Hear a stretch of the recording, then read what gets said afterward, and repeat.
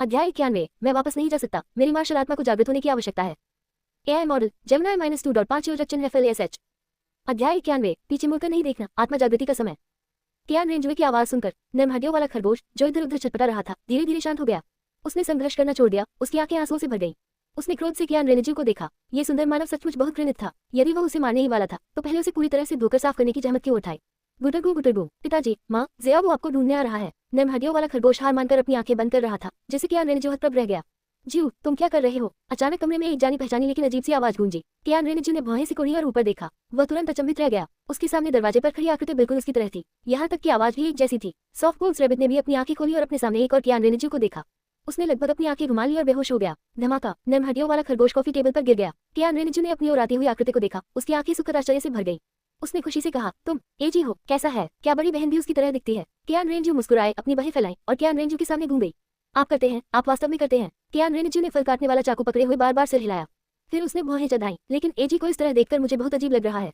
हाँ, तो अब बड़ी बहन वापस कपड़े बदल लेगी। कियान रेंजू अपनी मूल आवाज में लौट आए, खिलखिलाने लगी और उसके शरीर से सुनहरी रोशनी निकल रही थी। उसने हाथ बढ़ाकर अपने कपड़े पकड़ लिए। उसका शरीर घूमने लगा, उसके कपड़े फड़फड़ाने लगे और धीरे धीरे उतरने लगे। उसकी छाती धीरे धीरे फूलने लगी और उसकी त्वचा और भी नाजुक हो गई। उसकी भौं और आंखों की सुंदरता कोमलता में बदल गई। उसकी बैंगनी आंखें धीरे धीरे नीले रंग की ओर मुड़ गई और उसके बाल सुंदर ढंग से लहराने लगे। कमरे में एक हल्की सी खुशबू फैल गई। एजी टिल्डर बहुत सुंदर। कियान रेंजू ने सुनहरी आकृति को घूरा और धीमी आवाज में उसकी प्रशंसा करने से खुद को रोक नहीं पाए। नर्म हड्डियों वाला खरगोश जो चुपचाप कॉफी टेबल से भागने की कोशिश कर रहा था, वह भी क्षण भर के लिए स्तब्ध रह गया। वूफ, अगर ज़िया वूजी मानव रूप ले सकती तो वह निश्चित रूप से और भी सुंदर होगी। वह धीरे से फुसफुसाया, फिर वह चुपचाप कॉफी टेबल के किनारे की ओर चला गया। कियान रेंजू एक लंबी पोशाक में धीरे धीरे उसके घूमते हुए शरीर को रोका। उसकी आंखों में एक उज्ज्वल मुस्कान भर गई। कियान रेंजू की ओर उसकी निगाहें कोमलता से भरी थी। उसने अभी अभी जो कपड़े उतारे थे उन्हें बांह पर लपेटे हुए वह शान से आगे बढ़ी। वह नीचे झुकी और भागने की कोशिश कर रहे खरगोश को अपने हाथ में ले लिया। चीख, छोड़ दो, जल्दी से जियो मुझी को जाने दो। नर्म हड्डियों वाले खरगोश ने लगातार संघर्ष किया, लेकिन यह व्यर्थ था। कियान रेंजू ने उसके खरगोश के कान चुटकी से पकड़े और कियान रेंजू से पूछा, जिसके हाथ में अभी भी चाकू था, जीव, ये खरगोश कहाँ से आया? अजी, ये है। कियान रेंजू को होश आया। उसने समझाने के लिए अपना मुंह खोला, फिर तुरंत चुप हो गया। कहने का तात्पर्य यह है कि यह अनोखी छोटी सी चीज 100,000 साल पुरानी आत्मा जानवर थी। कियान रेंजू को ये कहना कठिन लगा। ये बहुत दयनीय था। वह केवल अजीब तरह से हंस सकता था और समझा सकता था, एजी, ये तो बस एक पालतू जानवर है। एक पालतू जानवर? कियान रेंजू ने एक भान उठाई। उसने खरगोश को अपने हाथ में उठाया और उसे 2 बार छेड़ा। एक छोटा सा पालतू जानवर रखना चाहे ताकि जब बड़ी बहन चली जाए तो तुम अकेले न रहो। हाँ, कियान रेंजू ने अजीब तरह से हंसते हुए थोड़ा सिर हिलाया। कियान रेंजू का जवाब सुनकर कियान रेंजू के चेहरे की मुस्कान तुरंत गायब हो गई। गुटरगू, आप पालतू हैं, आप सभी पालतू हैं। नर्म हड्डियों वाले खरगोश ने अपने पैरों को लात मारी। उसकी लाल आंखें अपमान से भरी हुई प्रतीत हुई। स्विश, चीख! इससे पहले कि सॉफ्टबोन्स रैबिट शिकायत कर पाता, कियान रेंजू ने उसे लापरवाही से सोफे पर फेंक दिया। उसे सामान्य पशुधन में कोई रुचि नहीं थी। छी! सॉफ्टबोन्स रैबिट सोफे पर लेटा हुआ था। ऐसा प्रतीत होता था कि वह कियान रेंजू के रूखेपन का विरोध कर रहा था। कियान रेंजू के पास इसके लिए समय नहीं था। वह आगे बढ़ी और धीरे से कियान रेंजू के चेहरे को अपने हाथों में लिया।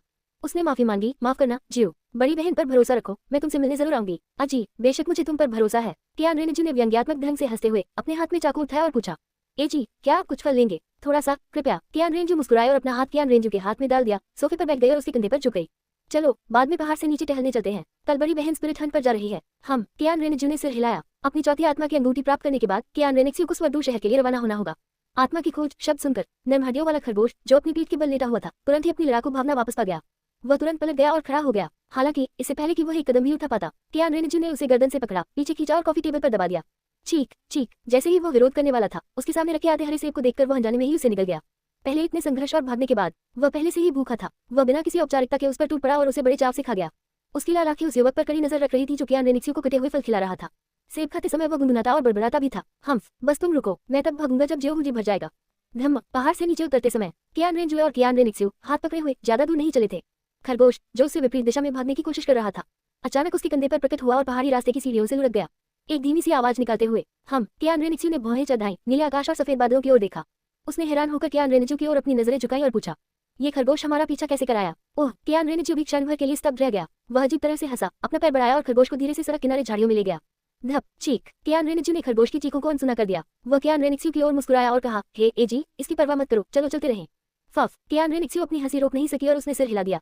सरसराहट! गुलाबी रंग का मुलायम हड्डियों वाला खरगोश झाड़ियों से रेंगता हुआ बाहर आया और अपना सिर हिलाया। भाई बहनों की पीठ देखकर उसने दांत पीसना शुरू कर दिया। पृथ्वी पर क्या चल रहा है? कोष्टक!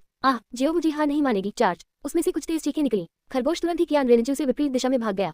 धप! स्पिरिट सिटी की तल पर कियान रेंजू और कियान रेंजू फिर रुक गए। अपने सामने जमीन पर लेटे हुए खरगोश को देखकर कियान रेंजू अपनी हंसी रोक नहीं सकी। यह मूर्ख खरगोश बार बार आसमान से गिरता रहा। उसे स्वाभाविक रूप से महसूस हुआ कि कुछ गड़बड़ है, लेकिन कियान रेंजू के साथ ये सब हो रहा था, वह पहले से ही इसकी आदी थी। चीख चीख परिचित आकृतियों को देखकर सॉफ्ट बोन्स रैबिट तुरंत पलट गया और खड़ा हो गया। वह अपने छोटे पैरों के एक धक्का से उछल पड़ा। उसने कियान रेंजवे की पैंट की टांग को काट लिया। उसकी लाल आंखें आंसू भरी आंखों से कियान रेंजवे को घूर रही थी। उसकी आंखों में याचना का भाव दिख रहा था। कृपया जियोबूजी को जाने दे, कृपया कृपया। जियोबूजी अब और बर्दाश्त नहीं कर सकते। वू ये स्पष्ट रूप से पहले ही हार मान चुका था और दौड़ना बंद कर चुका था, फिर भी यह गिरता रहा। भले ही यह मूर्खतापूर्ण था, लेकिन उसे यह ध्यान में आना चाहिए था कि कुछ गलत था। कियान रेनिक्सू की चिढ़ाने वाली निगाहों का सामना करते हुए कियान रेनिक्सू के चेहरे पर अस्वाभाविकता के भाव दिखाई दिए जब उसने खरगोश की ओर आंखें घुमाई। उसने अपने स्पिरिट टूल से एक जैकेट निकाली। अंदर आए वूफ। सॉफ्ट बोन्स रैबिट ने अब कोई प्रतिरोध नहीं किया और आज्ञाकारी रूप से जैकेट में कूद गया। उसके बाद ये सचमुच पर नहीं गिरा। मूर्ख खरगोश खुशी के आंसू बहाने लगा। वो दामिंग एयरमिन जियोबूजी वापस नहीं जा सकते। सच में कियान रेनिक्सू ने खरगोश को अपने हाथ में ले रखा था। जैसे ही वह और कियान रेनिक्सू कंधे से कंधा मिलाकर स्पिरिट सिटी के अधिक हलचल वाले क्षेत्र में चले, उनकी मुलाकात दो छोटी आकृतियों से हुई। वे उनसे आगे निकल गए। एक चांदी के बालों वाला बच्चा नारंगी बालों वाली छोटी लड़की का पीछा करते हुए उसे पुकारने लगा। छोटी बहन, बड़े भाई का इंतजार करो। मुंह में चुसने लिए एक छोटी लड़की अचानक घूम गई। उसने उत्सुकता से कियान रेनिक्सू की पीठ की ओर देखा। छोटी बहन, तुम क्या देख रही हो? चांदी के बालों वाला छोटा लड़का छोटी लड़की के पास आया और हैरान होकर उसकी ओर देखने लगा। उसने उस दिशा में कैंडी ढाउ की दुकान देखी। वह करवाहट से मुस्कुराया और कहा, छोटी बहन, बड़े भाई के पास पैसे नहीं बचे हैं। कल जब हम अपनी आत्मा को जगाएंगे और स्पिरिट मास्टर बन जाओ, बड़ा भाई इसे तुम्हारे लिए खरीद लेगा। नारंगी बालों वाली छोटी लड़की ने ऐसा महसूस किया जैसे उसने कुछ सुना ही नहीं और तुरंत भीड़ की ओर दौड़ पड़ी। छोटी बहन, सभी को सुखद जीवन की शुभकामनाएं। अध्याय 12 सुनहरा सूरज, ये परिवार का विशेष दिन। एआई मॉडल जेमिनी -2.5 योजक चिन्ह FLASH। अध्याय 12 सुनहरा सूरज, ये परिवार के लिए एक विशेष दिन। जब तक वह युवा लड़की भीड़ में घुसी, वह सुनहरी आकृति जो गर्म चमक बिखेरती हुई प्रतीत हो रही थी, पहले ही गायब हो चुकी थी। एक स्थान पर खड़ी होकर उसकी थोड़ी संकरी सुंदर आंखें इधर उधर घूम रही थी। अब उसे वह आकृति दिखाई नहीं देती थी। उसकी चमकदार आंखें एक के बाद एक धुंधली हो गई। बहन, क्या हुआ? चांदी के बालों वाला लड़का तेजी से उसके पीछे चला गया। उसकी आंखें आश्चर्य से भरी हुई थी। 6 साल की हुलीना ने उसकी चूची को काट लिया। उसने धीरे से अपना सिर हिलाया। भैया, नाना ठीक है, अच्छी बात है। ज़ेड्यू ने राहत की सांस ली। अपनी बहन की ओर देखते हुए, जो पहले से ही अपने निप्पल को काटने की आदी थी, उसने असहाय होकर उसका छोटा सा हाथ पकड़ लिया। चलो चले, अब वापस लौटने का समय हो गया है। हुलीना ने जीयू के पीछे चलते हुए सिर हिलाया। वह आगे बढ़ने लगी लेकिन भीड़ की ओर देखे बिना नहीं रह सकी। ज़ेड्यू ने उसका छोटा सा हाथ पकड़ा और खुद से कहा, कल जब हम अपनी आत्मा को जागृत कर लेंगे, तब हम अनाथालय छोड़कर यान को ढूंढने जा सकेंगे। अब से भाई भी तुम्हारी अच्छी तरह से रक्षा करेगा। धन्यवाद भाई जी। हुलीना ने अपना सिर घुमाया, आंखें मूंद ली और अपना पैसिफायर निकाल लिया। उसने स्पष्ट स्वर में कहा, कल जो आत्मा भाई जागेगा वह निश्चित रूप से उस बदबूदार यान की आत्मा से अधिक शक्तिशाली होगा। बिल्कुल। ज़ेड्यू मुस्कुराया, उसकी आंखें प्रत्याशा से भरी थी। उसने पीछे मुड़कर कहा, शायद तब नाना भाई से भी अधिक शक्तिशाली होंगे। ठीक है, नाना भाई की रक्षा करेंगे। हुलीना ने चंचलता से जवाब दिया और चुपचाप अपना पैसिफायर वापस अंदर रख दिया। बिल्कुल नहीं, भाई हमेशा बहन की रक्षा करेगा। ज़ेड्यू ने अपना छोटा सा सिर हिलाया। काफी देर तक कोई प्रतिक्रिया न मिलने पर उसने पीछे मुड़कर देखा और असहाय होकर मुस्कुराया। उसे नहीं पता था कि उस चुसनी में ऐसी क्या खूबी थी, सोते समय भी उसे काटना पड़ता था। ... ये खरगोश किसका है? अचानक सड़क से एक प्रश्नवाचक आवाज आई। उसके बाद एक खरगोश के गिरने की आवाज आई। धमाका। भूखा और प्यासा सॉफ्ट बोन्स खरगोश अब और सहन नहीं कर सका। वह सीधे कोर्ट से बाहर कूद गया, किसी की सब्जी के ढेर पर कूद गया और कुतरना शुरू कर दिया।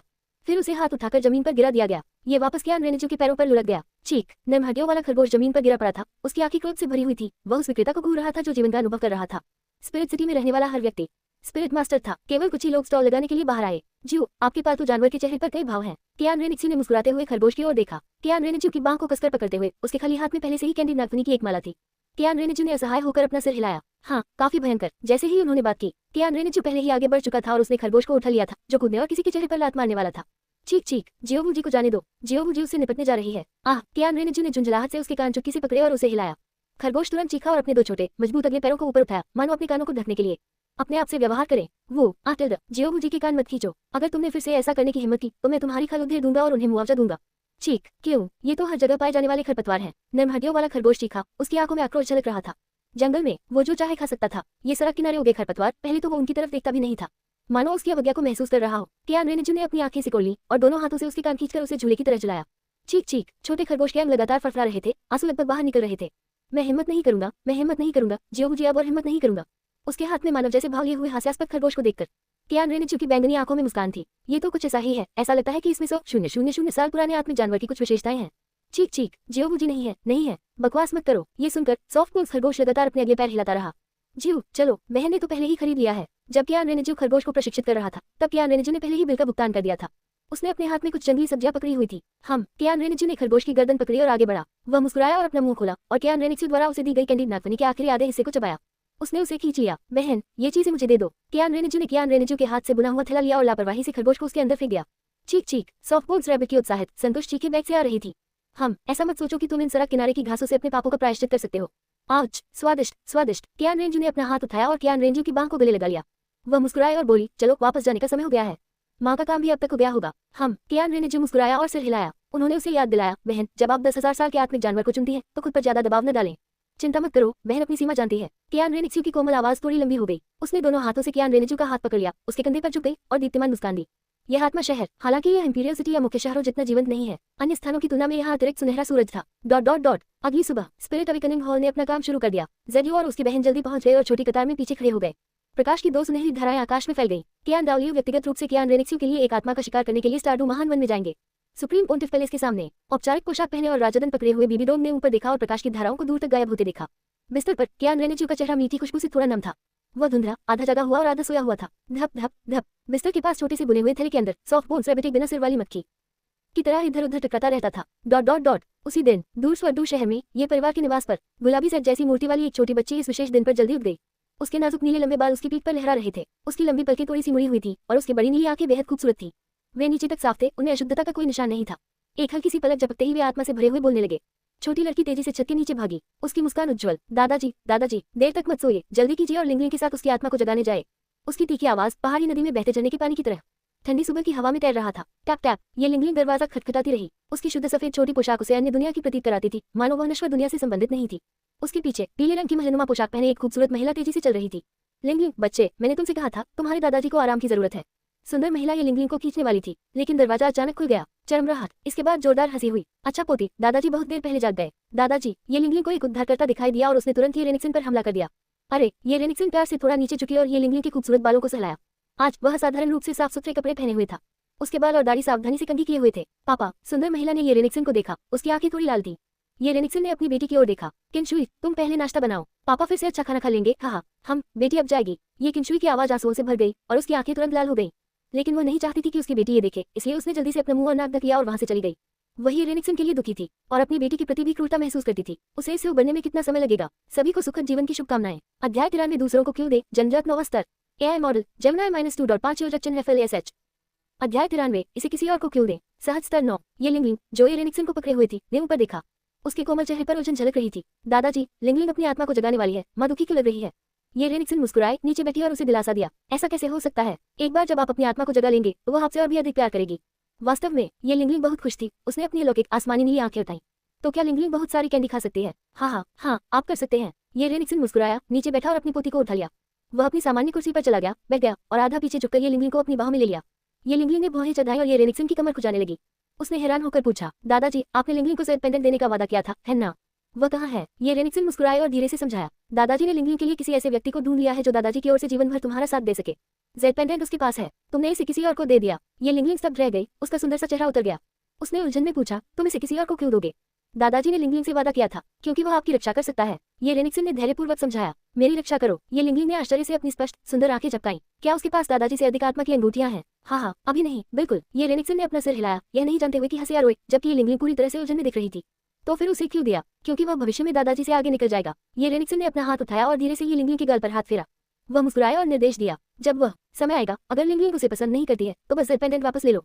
ठीक है। ये लिंगलिंग ने मधुरता से सिर हिलाया, उसकी आंखों में डर का भाव दिखाई दिया। लेकिन क्या होगा अगर लिंगलिंग उसे हरा नहीं सके। हाँ, वह तुम्हें नहीं मारेगा, दादाजी ने पहले ही उससे बात कर ली है। ये रेनिक्सन ने मुस्कुराहट के साथ गारंटी दी। वह अभी भी स्पिरिट हॉल के महायाजक के वादे पर भरोसा करता था।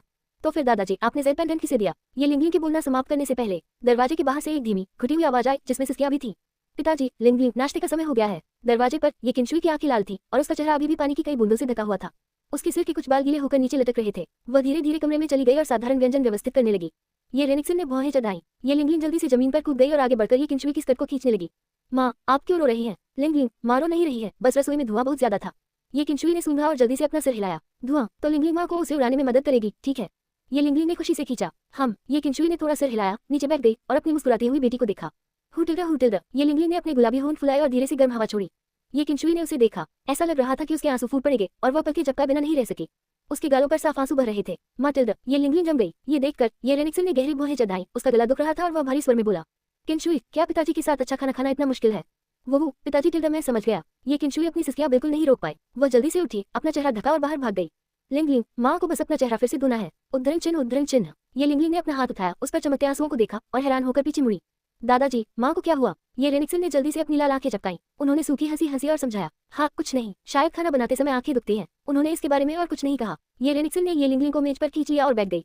ठीक है, चलो पहले बैठते हैं। हम। ये लिंगलिंग ने सिर हिलाया, मेज पर बैठ गई और व्यंजनों को देखते हुए बोली, दादाजी, आज के सभी व्यंजन आपके पसंदीदा हैं। हाँ, ये सभी दादाजी की पसंदीदा हैं। ये रेनिक्सन की आवाज भारी हो गई जब वह मेज पर चुपचाप इंतजार करते हुए बैठा था। ये किंशुई भी जानता था। ये रेनिक्सन एक परिवार के रूप में एक साथ मिलकर एक अच्छा अंतिम भोजन करना चाहती थी। वह जल्दी से कमरे में वापस आए, अपना चेहरा पोंछा और अपने रोने के निशान को छुपाने के लिए ड्रेसिंग टेबल से पाउडर उठाया। एक अजीब माहौल में ये रेनिक्सन ने मानो अपनी इच्छा पूरी कर ली हो, संतुष्टि से अपना मुंह पोंछा। ये किंशुई ने अपना सिर नीचे किया और सामान व्यवस्थित करने लगी। इस भयानक माहौल में ये लिंगलिंग के चेहरे पर मुस्कान कुछ फीकी पड़ गई। ये रेनिक्सन की बाहों में बैठे उसने धीरे से पूछा, दादाजी, आपने ये जेड पेंडेंट आखिर किसे दिया था? लिंगलिंग, जल्दी मत करो, चलो पहले अपनी आत्मा को जगाओ। ये रेनिक्सन ने पहले ही ये किंशुई को इस मामले के बारे में बता दिया था, लेकिन वही लिंगलिंग को इतनी जल्दी नहीं बताना चाहता था।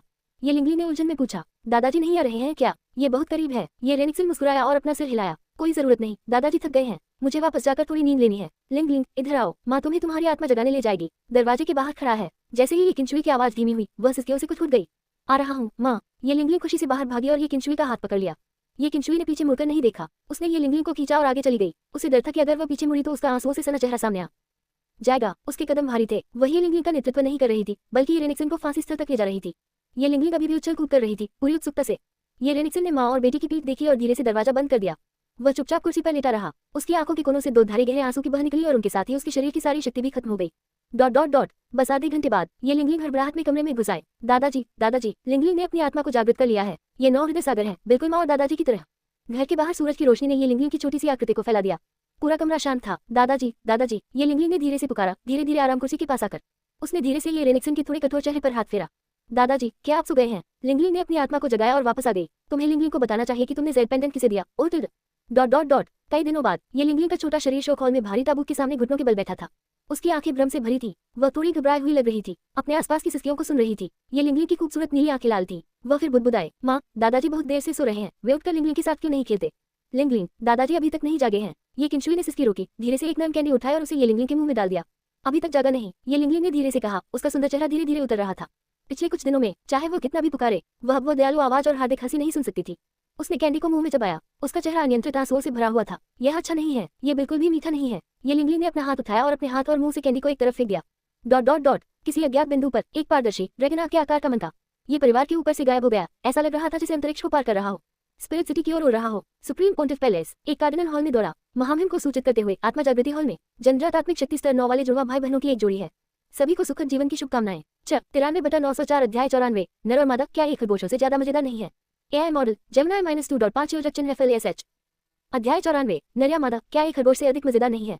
स्तर 9 की जनजात आत्मिक शक्ति वाले जुड़वा भाई बहन। ऊंचे मंच पर बीबी डोम की गतिविधियां रुक गई। उसका मुकुट धीरे धीरे हिल रहा था।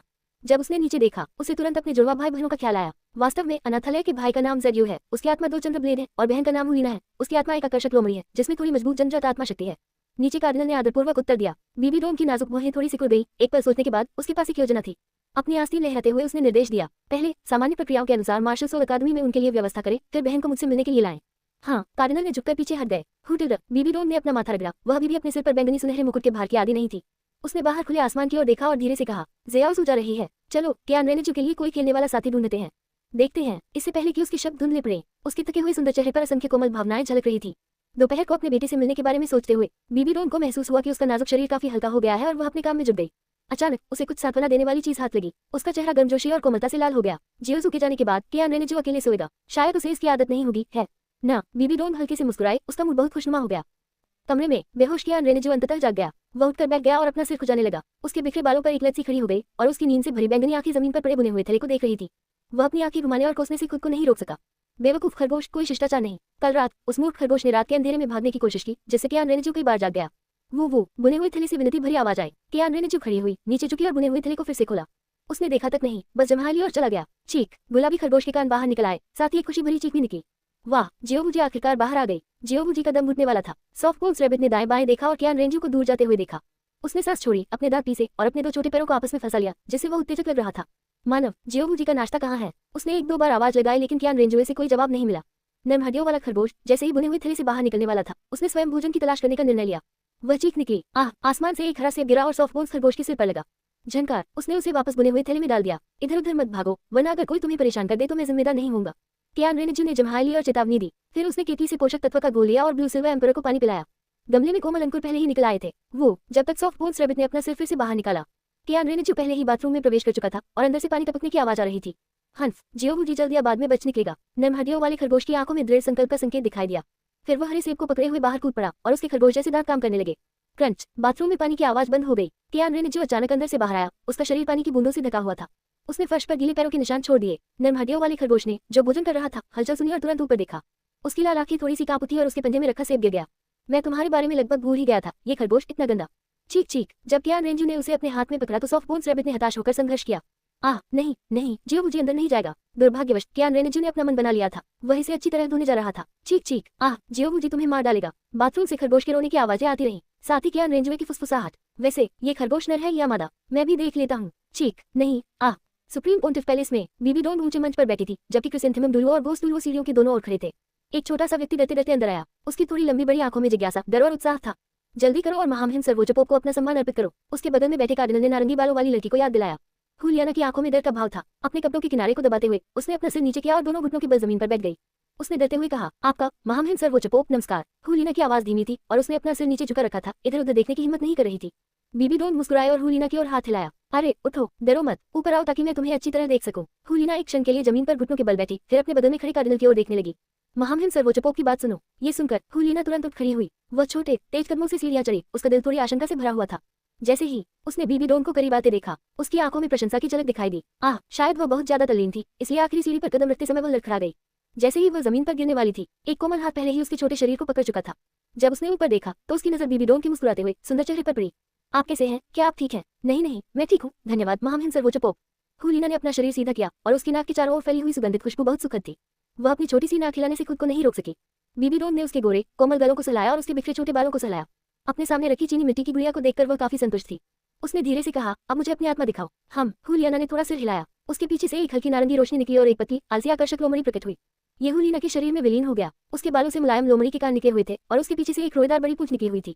वह कुल मिलाकर बहुत अधिक नाजुक और सुंदर लग रही थी। उसकी डरपोक अभिव्यक्ति के कारण लोग उस पर दया करने से खुद को रोक नहीं पाए। उसके पीछे की रोएदार बड़ी पूंछ सबसे अधिक आकर्षक थी। इसे देखकर एक दो बार तो इसे पकड़ने की इच्छा हुई। बहुत अच्छा, बीबी डोन इससे और भी संतुष्ट थी। ऐसी शक्ल सूरत के साथ क्या वो खरगोश से भी ज्यादा दिलचस्प नहीं है? कियान रेंजू को तो वो पसंद आनी ही चाहिए, है ना? बीबी डोन ने धीरे से लोमड़ी के कान पर चुटकी काटी। वह मुस्कुराए और बोली, हुलियाना, मैं तुम्हें अपना शिष्य बनाना चाहता हूँ। क्या तुम मेरी छात्रा बनने को तैयार हो? क्या? नीचे खड़ा कार्डिनल कांप उठा। उसकी आंखें आश्चर्य और खुशी से भर गई। उन्होंने कामना की कि हुलियाना तुरंत सहमत हो जाए। मैं तैयार हूँ। हुलियाना भी मूर्ख नहीं थी। वह शायद बीबी डोन को नहीं पहचानती, लेकिन वह ये नहीं जानती कि सर्वोच्च पोप कौन है। वह तुरंत उत्साहित होकर सहमत हो गई। सर झुकाओ। नीचे कार्डिनल ने अपनी आवाज धीमी कर दी और हुलियाना से आग्रह किया, नाना टीचर को नमस्कार करते हैं। हुलियाना काफी समझदार थी और उसने तुरंत प्रतिक्रिया व्यक्त करते हुए जमीन पर घुटने टेक दिए।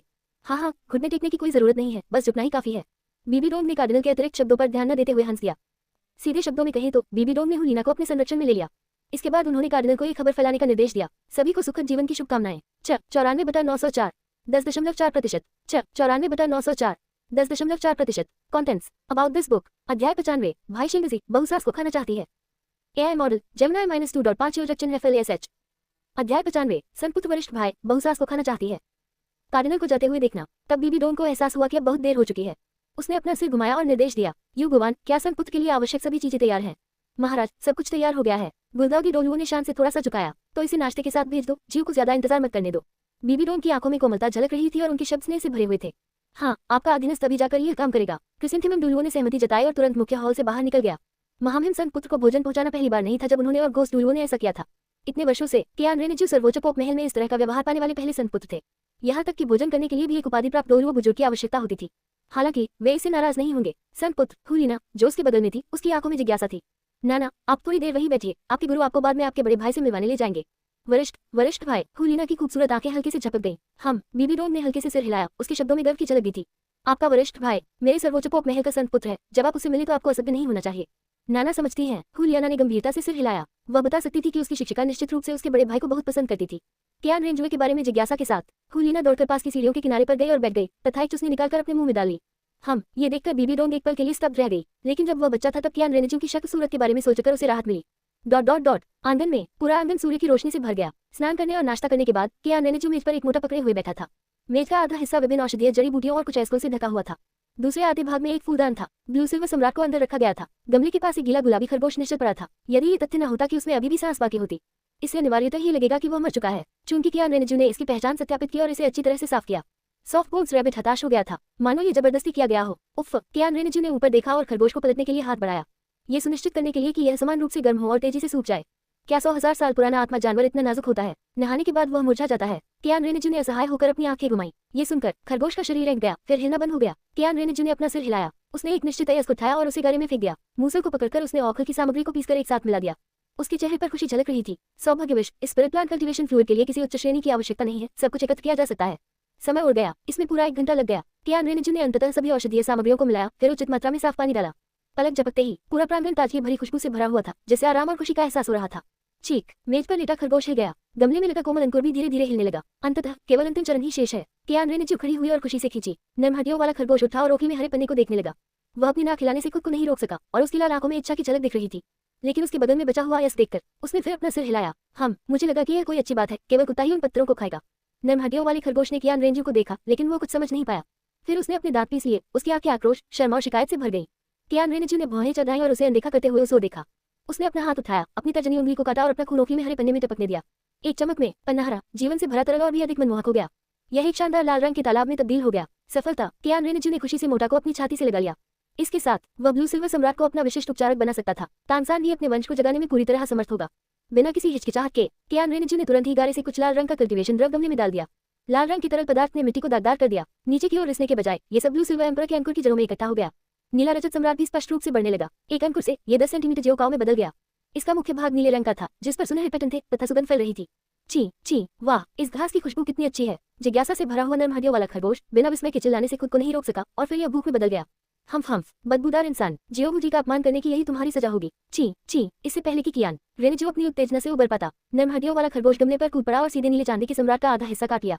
तुम मरे हुए खरगोश! कियान रेनेजू की अभिव्यक्ति थोड़ी गहरी हो गई और उसका हाथ तेजी से आगे बढ़ा और खरगोश की गर्दन पकड़ ली। अगर तुमने इसे खाने की हिम्मत की तो मैं तुम्हें भी काट डालूंगा और पका दूंगा। जल्दी छोड़ो! कियान रेनेजू का चेहरा ठंड से ढक गया था और उसके हाथ में बल बढ़ गया था। चीख! नर्म हड्डियों वाला खरगोश बुरी तरह चिल्लाया। कियान रेनेजू ने लापरवाही से उसे फेंका और वह कई बार लुढ़कता हुआ जमीन पर गिरा। ची, नर्म हड्डियों वाला खरगोश जमीन पर पड़ा हुआ था। कियान रेनेजू पर अपने दांत पीस रहा था और अपने पिछले पैरों को पंजा मार रहा था। लेकिन कियान रेनेजू की आंखों में रक्त लाल चमक देखकर वह भयंकर भाव तुरंत गायब हो गया। उसकी चीखें बहुत धीमी हो गई। मैं मजाक नहीं कर रहा, अगर यह मर गया तो तुम्हारे 8 टुकड़े हो जाएंगे। कियान रेनेजू ने भौहें चढ़ाई। उसकी आवाज में ठंडक थी। नर्म हड्डियों वाले खरगोश के कदम अनायास ही पीछे हट गए। उसकी आंखों में भय झलक रहा था। जल्द ही उसे फिर से याद आ गया, कियान रेनेजू ने इसे बहुत बुरी तरह से परेशान किया था। चीख! उसने एक उन्मत्त अन्यायपूर्ण चीख निकाली, फिर तुरंत मुड़कर आंगन से बाहर निकल गया। वह पूरे रास्ते गालियां बकता रहा। घास का एक टूटा हुआ पत्ता, जियोबू जी को इसकी परवाह नहीं है। बदबूदार इंसान, जियोबू जी को धमकाने की हिम्मत, मैं तुम्हें निश्चित रूप से नहीं छोड़ूंगा। कोष्टक। कियान रेनेजू ने इसे नजरअंदाज कर दिया। ये वैसे भी उसकी पकड़ से बच नहीं सकता था। उसने आसमान की ओर देखा। दोपहर के भोजन का समय हो रहा था। उसने राहत की लंबी सांस ली। कियान रेनेजू ने बड़े करीने से सब कुछ पैक कर लिया और बस जाने ही वाला था। उसका कंधा अचानक झुक गया। तभी एक गुलाबी रंग का रोआ नीचे उतरा, जिससे दर्द से कुछ चीखें निकली। मनुष्य और खरगोश ने एक दूसरे को देखा। नर्म हड्डियों वाला खरगोश शर्मिंदा और क्रोधित था। वह झुंझला रहा था और अपना सिर दूसरी ओर घुमा रहा था। सचमुच मौत तक मूर्ख! कियान रेनेजू ने उदासीनता से अपनी आंखें घुमाई। वह सीधे दरवाजे से बाहर चला गया। चीख! तुम मूर्ख हो, मूर्ख इंसान! नर्म हड्डियों वाले खरगोश ने उन्मत्त विरोध जताया। उसका शरीर क्रोध से कांप रहा था। उसने अपना सिर घुमाकर नीले चांदी के सम्राट की ओर देखा। कियान रेनेजू के शरीर की ठंडक के बारे में सोचकर उसने लापरवाही से काम करने की हिम्मत नहीं की और जल्दी से उसका पीछा किया। बेवकूफ इंसान, जियोबू जी की प्रतीक्षा करें। सुनहरे बालों वाला युवक अचानक दौड़ने लगा। उसके पीछे गुलाबी रंग की छवि कुछ परेशान सी लग रही थी। तभी खरगोश का पैर फिसल गया और वह ढलान से नीचे लुढ़क गया। हाँ, बेवकूफ खरगोश! कियान रेनेजू जोर से हंसने लगा। उसने खरगोश को अपने हाथ में पकड़ लिया, जो गिरने से चक्कर खा रहा था और जिसके छोटे पैर हिल रहे थे। वह धीरे धीरे बीबी डोम के आंगन में पहुंचा। मैं सभी की सुखद जीवन की कामना करता हूँ। लीना का आश्चर्य मान्यता। अध्याय 96। लीना का आश्चर्य पुनर्मिलन। आंगन फूलों की खुशबू से भर गया। अपने छोटे नारंगी बालों और चीनी मिट्टी की गुड़िया जैसी उपस्थिति के साथ लीना मेज पर आज्ञाकारी ढंग से बैठी थी। मेज पर रखी स्वादिष्ट व्यंजनों को देखना मैं निगलने से खुद को नहीं रोक सका। वह अपने होठों और दांतों के बीच पेसिफायर को चूसता रहा, मानो अपनी लालसा को संतुष्ट करने की कोशिश कर रहा हो। बीबी डोम तैयार नाश्ते का कटोरा पकड़े हुए थी। वह धीरे धीरे रसोई घर से बाहर चला गया। उसने शुद्ध सफेद पोशाक पहनी हुई थी। उसकी कमर कसकर बंधी हुई थी और उसके लंबे बाल एक साधारण हेयरपिन से बंधे हुए थे। उसके चेहरे पर एक सौम्य मुस्कान थी। लीना के पतले गले को हिलते हुए देखकर उसकी आंखों में लालसा की झलक दिखाई दी। मैं अपनी हंसी रोक नहीं सका। मेज पर बैठ जाओ और अपना नाश्ता रख दो। नाना, अगर आपको भूख लगी हो तो अपने शिक्षक द्वारा बनाए गए कुछ नाश्ते खा लीजिए। लीना के उत्तर की प्रतीक्षा किए बिना इसके बाद बीबी डोम ने स्वयं हाथ बढ़ाकर शांत करने वाले उपकरण को बाहर निकाला और उसमें से कुछ चमकदार लाल टपकाने लायक बूंदें निकाली। ताजा बने क्रीम पफ्स। उठाओ, धीरे से इसे उन्नम चेरी जैसे होठों में दबाएं। लीना के गोरे गाल फूल गए और जैसे ही उसने धीरे से काटा, दूध की सुगंध हवा में भर गई। बीबी डोम के सौम्य रूप को देखकर क्रीम की मीठी सुगंध उसके दिल में समा गई थी। बीबी डोम अपनी हंसी रोक नहीं सकी जब उसने लीना को देखा, जिसके होंठ क्रीम से सने हुए थे। ऐसा लगा जैसे मैं उस समय में वापस लौट गया हूँ जब मैं कियान रेनेजू और अन्य लोगों के साथ था। बीबी डोम ने धीरे से पूछा, क्या ये स्वादिष्ट है? क्या ये बहुत मीठा है? लीना ने धीरे से अपना सिर हिलाया और धीरे धीरे चबाया। ठीक तभी एक गोरा लगता गुलाबी खरगोश लेकर कमरे में घुस आया। वह अंदर से खुशी से चिल्लाया, माँ, मैं यहाँ हूँ। कियान रेनेजू ने मंडप के नीचे खड़े उस युवा अपरिचित चेहरे को देखा। मैं एक क्षण के लिए स्तब्ध रह गया। बिल्कुल शानदार! बीबी डोम ने मुड़कर हंसते हुए उसे हाथ हिलाकर अभिवादन किया। जल्दी आओ, माँ तैयार है। लीना की आंखें भी जिज्ञासा से भरी हुई थी। उसने अपनी नजर आंगन के द्वार की ओर घुमाई। उसकी आंखें कुछ कुछ चमकी रही थी, मानो किसी झील के किनारे गर्म धूप में नहाया हुआ व्यक्ति हो। जगमगाता हुआ खुशी से अभिभूत होकर मैं बुदबुदाने से खुद को नहीं रोक सका। तो बड़ा भाई वास्तव में वरिष्ठ भाई पवित्र पुत्र है, जल्दी यहाँ आओ, बीबी डोंग ने धीरे से आग्रह किया। कियान रेनेजू को भी होश आ गया था और उसे लड़की की पहचान का एहसास हो गया था। उसने सिर हिलाया और तेजी से मंडप के नीचे चला गया। बीबी डोंग ने उस खरगोश को देखा जिसे कियान रेनेजू ले जा रहा था, तो उसकी भौहें तंग गई। अरे चलो उस खरगोश को फेंक दे और जाकर हाथ धो लें। मैं तो भूल ही गया। कियान रेनेजू मुस्कुराकर रुकी और सिर हिलाया। उसने लापरवाही से खरगोश को जमीन पर फेंक दिया। चीख! नर्म हड्डियों वाले खरगोश ने अपना सिर हिलाया, नाक हिलाए और मेज की ओर देखा। उसकी लाल आंखों में लालसा की झलक थी। वह 2 बार आगे कूदा, बीबी डोंग की ओर देखा और फिर आगे जाने की हिम्मत नहीं जुटा पाया। मुझे नहीं पता कि वे इतने गंदे कहाँ से हो गए। बीबी डोंग ने जमीन पर पड़े गंदे खरगोश की ओर देखा, लेकिन उसमें कोई दिलचस्पी नहीं दिखाई। उसने अपनी बैंगनी आंखें उठाई और स्तब्ध लीना को देखा। उसने उसके छोटे बालों में हाथ फेरा और मुस्कुराते हुए कहा, नाना चिंता मत करो, तुम्हारे बड़े भाई के साथ घुलना मिलना बहुत आसान है। हुलियाना ने थोड़ा सिर हिलाया। वे असहाय होकर देखते रहे जब कियान रेनेजू उनकी नजरों में पुनः प्रकट हुआ। बड़े भाई, आप तो और भी सुंदर हो गए हैं। वाह! नर्म हड्डियों वाले खरगोश ने दयनीय चीख निकाली। ये पहाड़ी से इतनी दूर तक लुढ़क गया कि निश्चित रूप से यह गंदा हो गया। जल्द ही कियान रेनेजू चेहरे पर मुस्कान लिए मंडप में लौटे और पूछा, माँ क्या ये वही छोटी बहन है जिसे आपने जीव के लिए ढूंढा था? बीबी डोंग ने थोड़ा आश्चर्यचकित होकर कियान रेनेजू का हाथ पकड़ लिया। जीव को ये कैसे पता चला? बेशक यह एक अनुमान है। कियान रेनेजू आज्ञाकारी रूप से बीबी डोंग के बगल में बैठ गया और हुलिना को ऊपर से नीचे तक देखने लगा। हजारों फीट की अद्वितीय शक्ति पर एक नजर। हुलिना ने तुरंत अपना सिर नीचे कर लिया। उसका चेहरा लाल हो गया और उसने घबराहट में दोनों हाथों से मेज के किनारे को पकड़ लिया। बीबी डोंग ने कियान रेनेजू का हाथ पकड़ा और ध्यान से उसे पूछा। वह हंसा और बोला, तुम यह अनुमान लगा सकते थे? क्या युगुआ ने तुम्हें बताया था? सिस्टर जू ने मुझे इसके बारे में कुछ नहीं बताया। कियान रेनेजू ने अपना सिर हिलाया। मेरी आंखों में रोशनी की एक चमक दौड़ गई जब मैंने कटोरे में रखा आनंद शांत करने वाला देखा। ये सचमुच चतुराईपूर्ण है। बीबी डोंग ने धीरे से उसकी प्रशंसा की, फिर हुलिना की ओर मुड़े और उसका परिचय देना शुरू किया। नाना, यह आपके बड़े भाई कियान रेनेजू हैं। पोपमहल का पवित्र पुत्र भी गुरु का बच्चा है, लेकिन ये बात किसी और को नहीं बताई जानी चाहिए, समझे? हुलिना ने कियान रेनेजू की नजरों से बचते हुए अपना सिर उठाया। यद्यपि वे समझ नहीं पाए, फिर भी उन्होंने आज्ञाकारी ढंग से सिर हिला दिया। हाँ, टीचर नाना किसी और को नहीं बताएंगे। बीबी डोंग ने संतुष्टि में सिर हिलाया और धीरे से हुलिना के सिर पर थपथपाया। तो फिर चलो अपने वरिष्ठ भाई को नमस्ते कहें। हुलियाना ने अपनी पोशाक के हेम को पकड़ते हुए सिर हिलाया और कियान रेनेजू की ओर देखा। शर्मीली और डरपोक, उसके गुलाबी होंठ थोड़े से खुले हुए थे। बड़े भाई, हाँ, छोटी बहन, क्या तुम्हें अब भी मेरी याद है? कियान रेनेजू के चेहरे पर सौम्य मुस्कान थी। वह कटोरे में हाथ डालकर शांत करने वाला उपकरण उठाया और उसे अपने हाथ में हिलाया। उद्धरण चिन्ह डॉट डॉट डॉट उद्धरण चिन्ह। हुलिना की आंखें थोड़ी चमक उठी और उसने जल्दी से और खुशी से सिर हिलाया। उसकी आवाज में डर कम हो गया था, उसकी जगह उत्साह आ गया था। मुझे याद है, नाना को अपने बड़े भाई की याद है। बीबी डोंग ने भौहें उठाई। जी नाना, क्या तुम एक दूसरे को पहले से जानते थे? हम वास्तव में एक दूसरे को नहीं जानते। कियान रेनेजू ने धीरे से अपना सिर हिलाया। उन्होंने समझाया, जब मैं छोटी थी तो मैंने अपना पेसिफायर इस छोटी बच्ची को दे दिया था और मैं अभी उसका नाम नहीं जानती। निप्पल। बीबी डोंग ने शांत करने वाले उपकरण को अजीब नजर से देखा। इसमें कोई आश्चर्य नहीं कि वह उसे परिचित लगा। हुलिना ने जल्दी से अपना छोटा सा हाथ उठाया। उसने घबराहट से अपना परिचय दिया। वरिष्ठ भाई हुलिना, आप मुझे नाना कह सकते हैं। हाँ, वरिष्ठ भाई हुलिना ने इसे नोट कर लिया है। कियान रेनेजू मुस्कुराया और धीरे से शांत करने वाला वापस हुलिना के मुंह में डाल दिया। वूटेड। हुलिना शर्मा गई और आज्ञाकारी ढंग से उसने शांत करने वाले उपकरण को काट लिया। बीबी डोंग की मुस्कान और भी चौड़ी हो गई। मुझे चिंता थी कि कियान रेनेजू को यह पसंद नहीं आएगा, लेकिन पता चला कि वे पहले ही मिल चुके थे। मैंने एक राहत की सांस ली। ठीक है, अब जब हम एक दूसरे को जान गए हैं तो चलो खाना शुरू करते हैं। कियान रेनेजू ने सिर हिलाया। चीख! मैंने रात्रि भोजन परोसे जाने की आवाज सुनी। नरमहड्डी वाला खरगोश तुरंत कियान रेनेजू के पैरों पर कूद गया। वह मेज पर बैठकर खाना चाहता था। यहाँ मत आओ, ये गंदा है। कियान ने घृणापूर्वक उसे जमीन पर पटक दिया। धमाका! चीख! नरमहड्डी वाला खरगोश जमीन पर गिर पड़ा, ले गया और कियान रेनेजू पर अपने दांत दिखाने लगा। बहन शियाओ, वो गंदी नहीं है, उसे चिढ़ाने की सारी गलती आपकी है। यहाँ रुको, मैं तुम्हारा ध्यान रखूंगा। कियान रेनेजू ने इस पर अपनी आंखें घुमाई, प्लेट उठाई और कुछ खाना चुनना शुरू कर दिया जो खरगोश खा सके। फक फक करना। नरमहड्डियों वाला खरगोश धीरे से रोया। चूंकि उसे वैसे भी मेज पर बैठने की आदत नहीं है, इसलिए वह आज्ञाकारी होकर जमीन पर लेट गया। बीबी डोंग ने कियान रेनेजू को कोमलता से देखा। उसने धीरे से कहा, बिल्कुल, अगर आपको ये खरगोश पसंद नहीं है तो आप इसे फेंक सकते हैं। कोई बात नहीं माँ, मैं इसे ठीक से सिखा दूंगा। कियान रेनेजू ने अपना सिर हिलाया। यह 1 लाख साल पुराना आत्मा जानवर है, वह चाहकर भी इसे फेंकने को तैयार नहीं होगा। नरमहड्डियों वाले खरगोश की आंखें जो अभी अभी चमकी थी फिर से धुंधली हो गई। यह आदमी जानता है कि वह 1 लाख साल पुराना आत्मा जानवर है, फिर वह उसे कैसे खो सकता है? आप भाग नहीं सकते। नरमहड्डी वाला खरगोश अभी भी इस सवाल से घिरा हुआ है कि वह यहाँ क्यों पहुंचा। आप सभी को सुखी जीवन की शुभकामनाएं। 97वें संरक्षक के लिए सबसे महत्वपूर्ण सबक। अध्याय 97, छोटी बहन को सिखाना, सबसे महत्वपूर्ण सबक।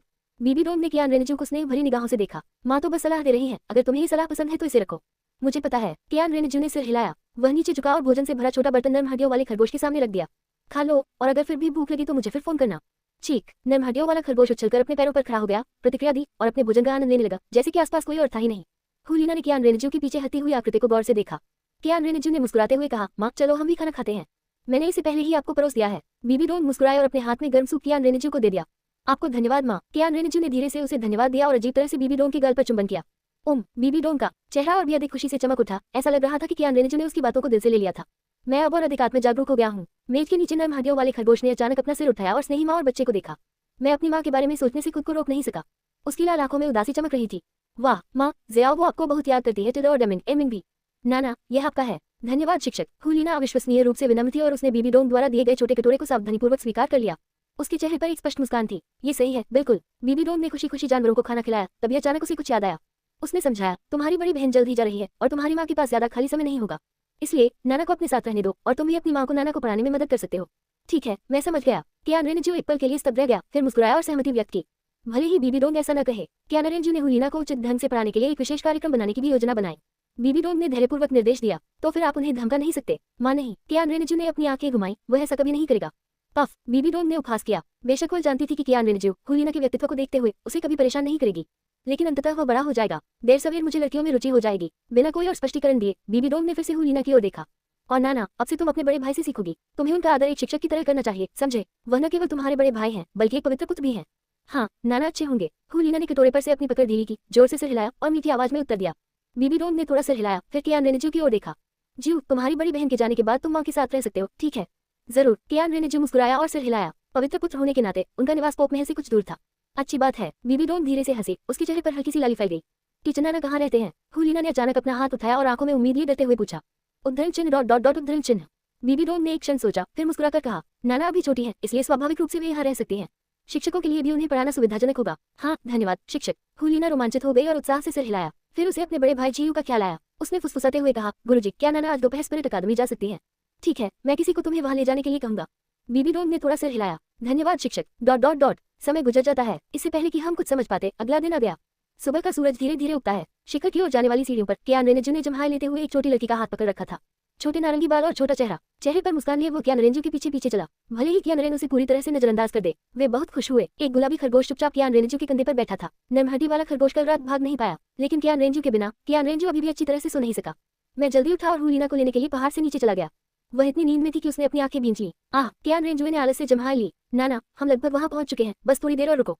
बड़े भाई, नाना थके नहीं है। हुलीना की आवाज स्पष्ट और खुशनुमा थी। उसके कंधे पर बैठे मुलायम हड्डियों वाले खरगोश ने अपनी आंखें उठाई और तिरस्कार से कियान रेनजू को देखा। वह स्पष्ट हार मानने वाला व्यक्ति था। मूर्ख मनुष्य। लगभग 15 मिनट बाद कियान रेनजू हुलीना को वापस उसके छोटे से घोंसले में ले गया। वह पलटा और आदेश दिया, नाना, पहले बैठने की जगह ढूंढो, मैं जाकर अपना मुंह धोकर उठती हूँ। ओम। हुलीना ने आज्ञाकारी ढंग से सिर हिलाया। अच्छा लड़का लड़की। कियान रेनजू ने अपना हाथ उठाया और उसके सुंदर बालों को सहलाया। हुलीना का चेहरा लाल हो गया और उसने उसके खिलाफ रगड़ने की इच्छा को दबा दिया। उसने हथेली की गर्मी को महसूस करते हुए धीरे से अपना सिर हिलाया। पफ। जैसे ही कियान रेन बाथरूम में प्रवेश करने वाली थी, नरमहटी वाला खरगोश तुरंत नीचे कूद गया और कियान रेनजू के साथ बाथरूम में चला गया।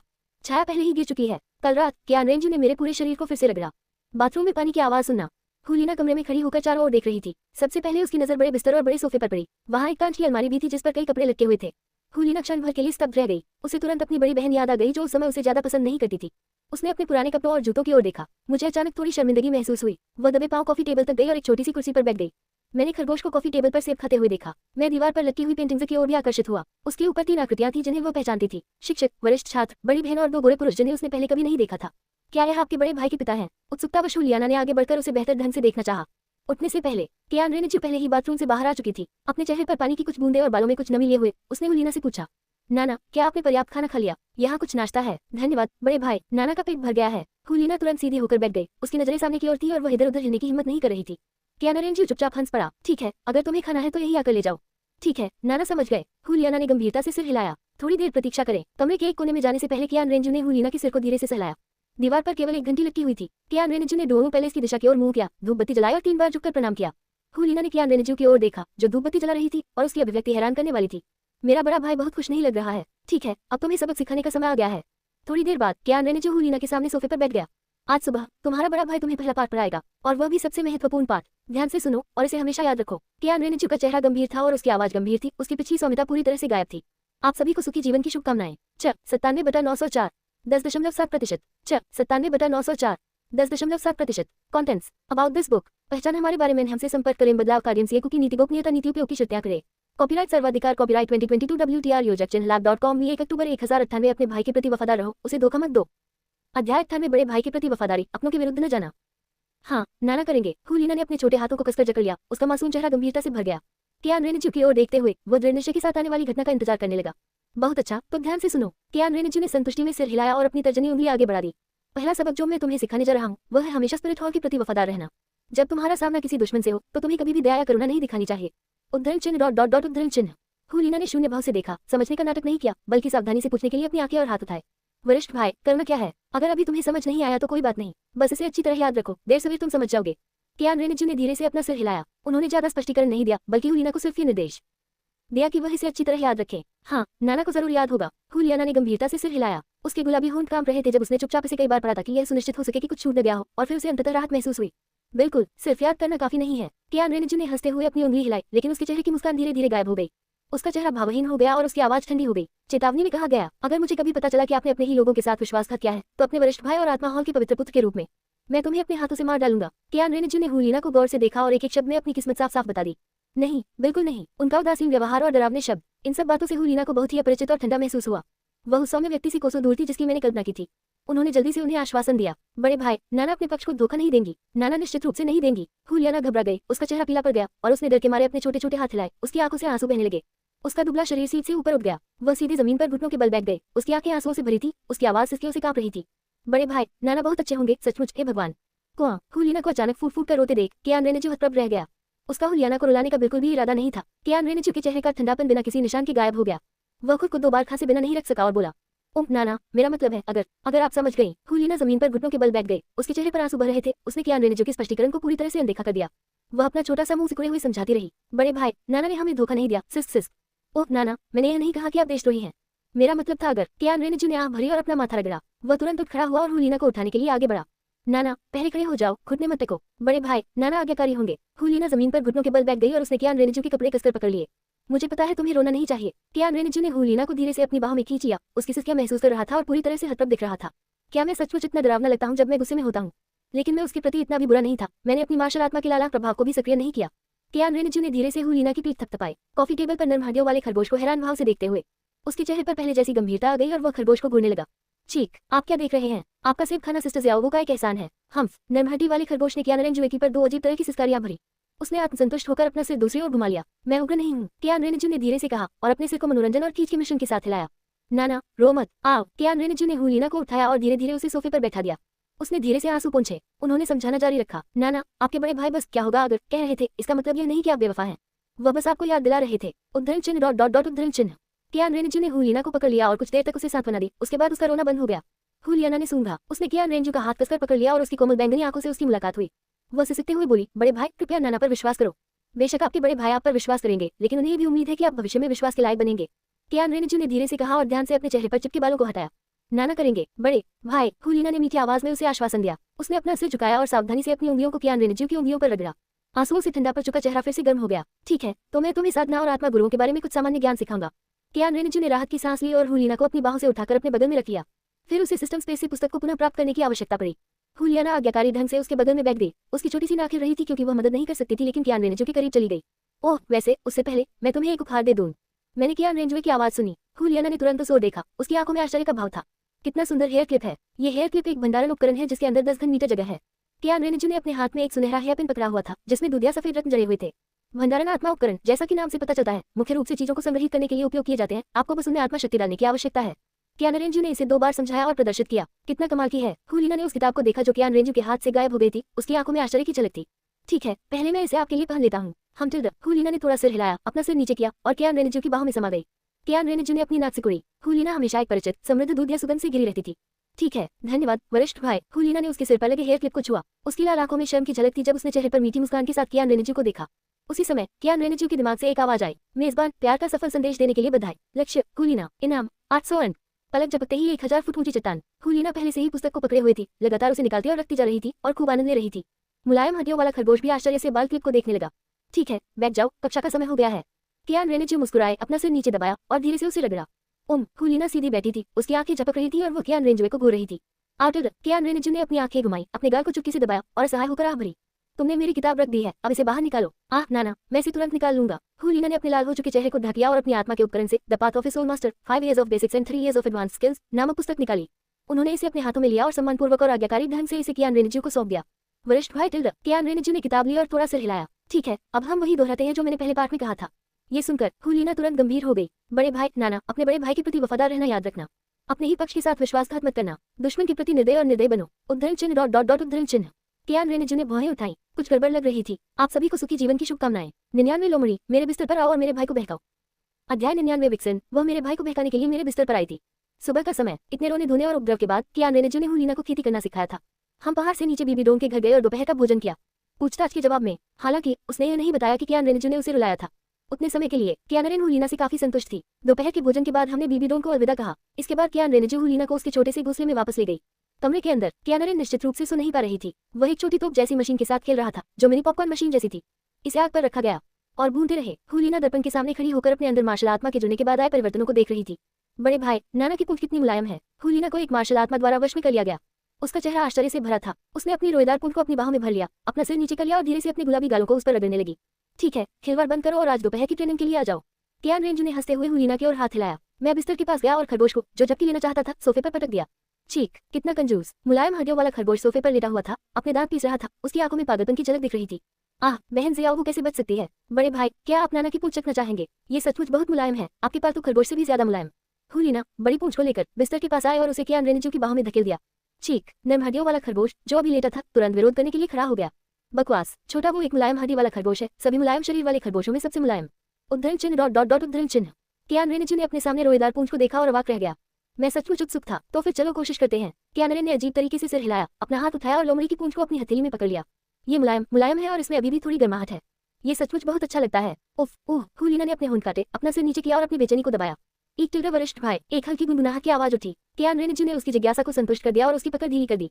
ये खरगोश की तुलना में अधिक मुलायम लगता है। लोमड़ी की पूंछ बेतहाशा कांपने लगी और हुलीना ने अपना लाल चेहरा ऊपर उठाया और थोड़ा सा सिर हिलाया। मुझे खुशी है कि आपको ये पसंद आया, वरिष्ठ भाई। कियान रेंजू ने हुलीना को अजीब भाव से देखा। उसने अपनी आंखें घुमाई। पसंद या नापसंद से तुम्हारा क्या मतलब है? ये तुम्हारी मार्शल आत्मा है, क्या तुम्हें लगता है कि तुम इसे अपने बड़े भाई को दे सकते हो? हुलीना ने अपना सिर नीचे किया और हकलाते हुए कहा, वरिष्ठ भाई, अगर आप चाहे तो नाना आपके साथ कभी भी खेल सकते हैं। इसे भूल जाओ, ये समय की बर्बादी है। खेती सबसे महत्वपूर्ण चीज है। कियान रेंजू ने इतनी छोटी सी बात को दिल पर न लेते हुए अपना हाथ हिला दिया। उन्होंने हुलीना को निर्देश दिया, अपनी मार्शल आत्मा के कब्जे को छोड़ दो और फिर बिस्तर पर आज्ञाकारी ढंग से लेट जाओ। आह, हुलीना स्तब्ध रह गई। उसका चेहरा भ्रम से भरा हुआ था। तुम वहाँ किस लिए खड़े हो? कियान रेंजू ने अपने हाथ में हीटर चालू किया, हुलीना की ओर देखा और समझाया, अपनी जन्मजात आत्मिक शक्ति के साथ आपको अपनी पहली आत्मा अनुभूति प्राप्त करने में ज्यादा समय नहीं लगेगा। वरिष्ठ भाई आपकी शारीरिक फिटनेस सुधारने में आपकी मदद करेंगे। हाँ धन्यवाद वरिष्ठ भाई। हुलीना ने अपने सामने बड़े बिस्तर की ओर देखा, फिर अपने पहने हुए पुराने कपड़ों की ओर।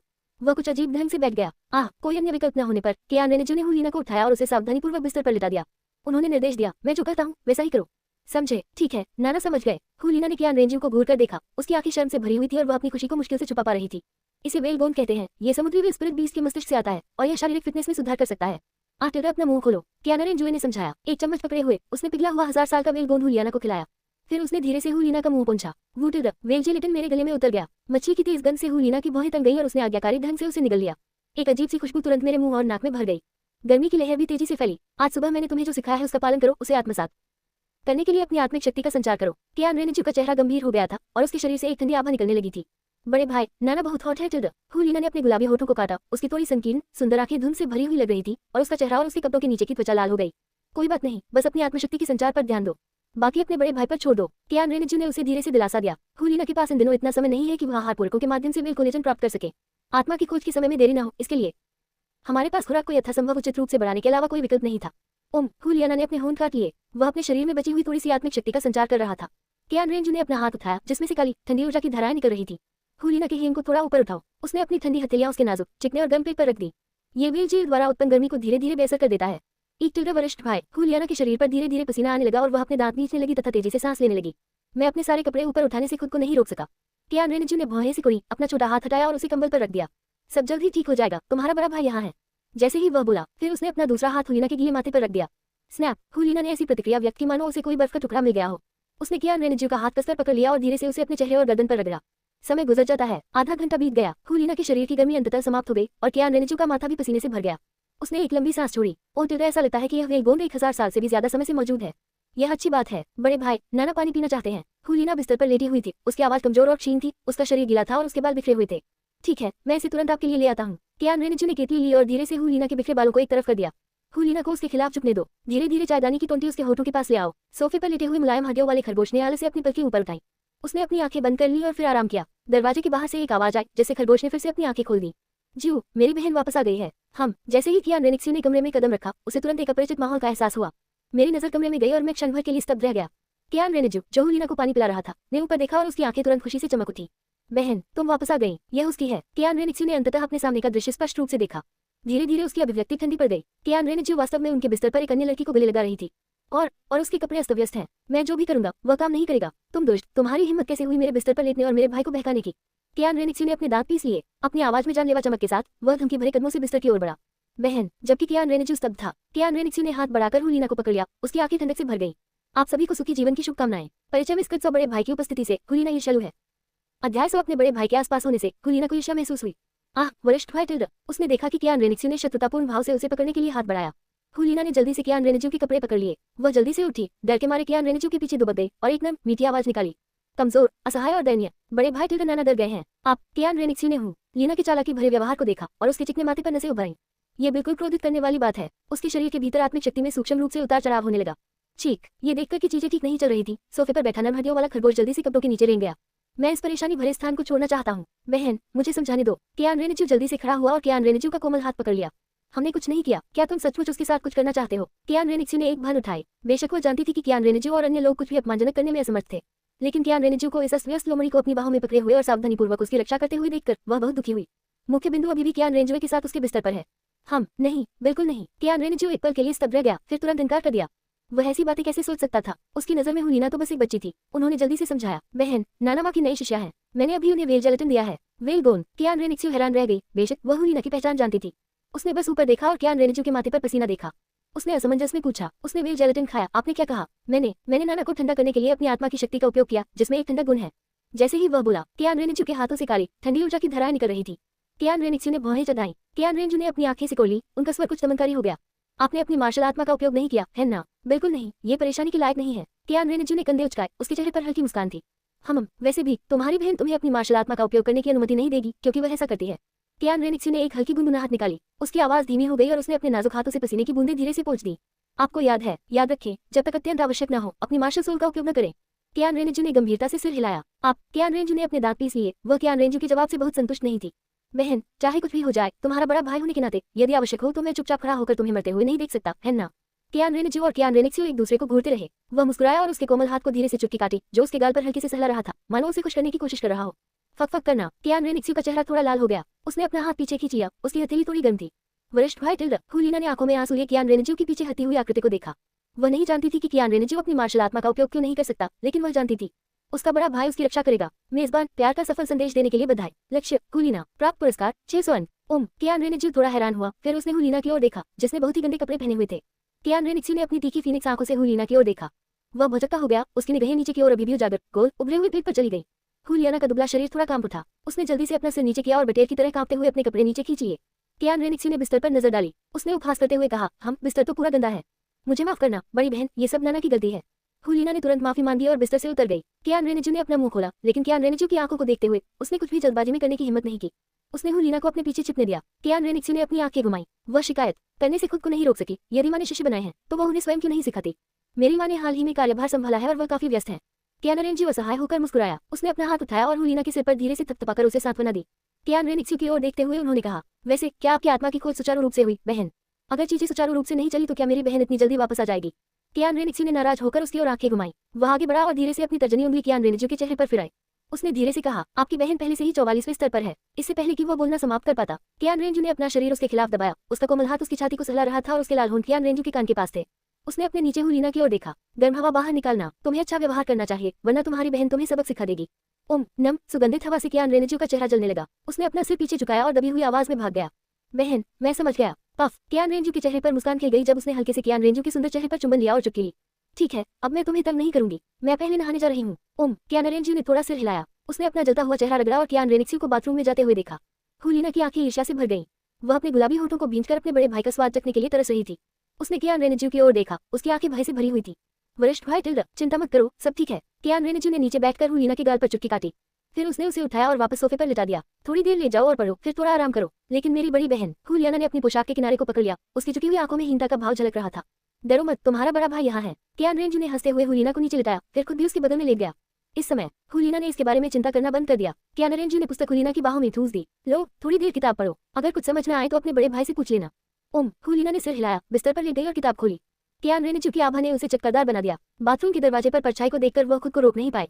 उसने अपना सिर घुमाया और पूछा, बड़े भाई, मैं बड़ी बहन को कैसे संबोधित करूं? एक क्षण सोचने के बाद कियान रेनिक्स्यू ने उत्तर दिया, आप उसे सीनियर सिस्टर कह सकते हैं, लेकिन मुझे डर लग रहा है। कियान रेनिक्स्यू अपनी हंसी रोक नहीं सका। हाँ, तो चलो उसे मिस जू कहते हैं। दादाजी घोस्ट और बाकी लोग भी उसे यही कहते हैं। ठीक है, नाना समझ गए। हुलीना की प्रतिक्रिया के साथ ही कियान रेनिक्स्यू ने भी जम्हा ली। जैसे ही कियान रेनेजू बिस्तर पर लेट गया, उसे थोड़ी नींद महसूस हुई। उसने धीरे से अपनी आंखें बंद कर ली। समय बीतता गया। हुलीना, जो पढ़ने में मग्न थी और अपने छोटे पैरों को हिला रही थी, अचानक वहीं से खोल ली। उसने अपनी छोटी उंगली से किताब को छुआ और कियान रेनेजू की ओर देखने लगा। बड़े भाई, यहाँ पर। उसने बोलना खत्म नहीं किया था। हुलीना को तब पता चला कि कियान रेनेजू शांति से सो गया था। वरिष्ठ भाई टिल्डा, उसने धीरे से पुकारा, लेकिन कोई जवाब नहीं मिला। हुलीना अपने छोटे से हाथ को ऊपर उठाने और धीरे से कियान रेनेजू के चेहरे को छूने से खुद को रोक नहीं सकी। चीनी मिट्टी की तरह, गर्म जर की तरह। हुलीना थोड़ा शर्मा गई, आगे झुकी, सूंघा और निगल लिया। एक पल के लिए हिचकिचाए। कुछ घबराहट के साथ वह कियान रेनेजू के करीब गया। क्लिक करें। अचानक बाथरूम का दरवाजा खुला और गर्म भाप का एक बड़ा गुबार बाहर निकला। आप सभी को सुखी जीवन की शुभकामनाएं।